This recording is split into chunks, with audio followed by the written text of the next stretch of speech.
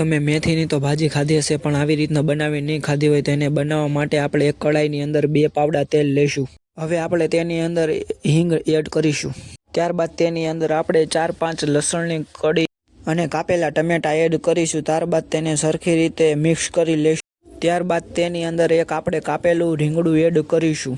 પછી તેને આપણે સરખી રીતે મિક્સ કરીને ત્યારબાદ તેની અંદર લીલી 2 કાપેલી ડુંગળી એડ કરીશું। ત્યારબાદ તેને સરખી રીતે આપણે મિક્સ કરી લેશું અને તેની અંદર સ્વાદ અનુસાર મીઠું એડ કરી લેશું। ત્યારબાદ તેને પણ સરખી રીતે સાતળી લેશું અને તેની અંદર 1 ચમચી હળદર પાવડર એડ કરીશું। ત્યારબાદ તેને પણ સરખી રીતે મિક્સ કરીને આપણે 1 ચમચી ધાણા જીરું પાવડર એડ કરીશું। ત્યારબાદ તેની અંદર આપણે ફોલેલી મેથીને એડ કરીશું। પછી તેને આપણે સરખી રીતે મિક્સ કરીને 5-7 મિનિટ સાતળી લેશું।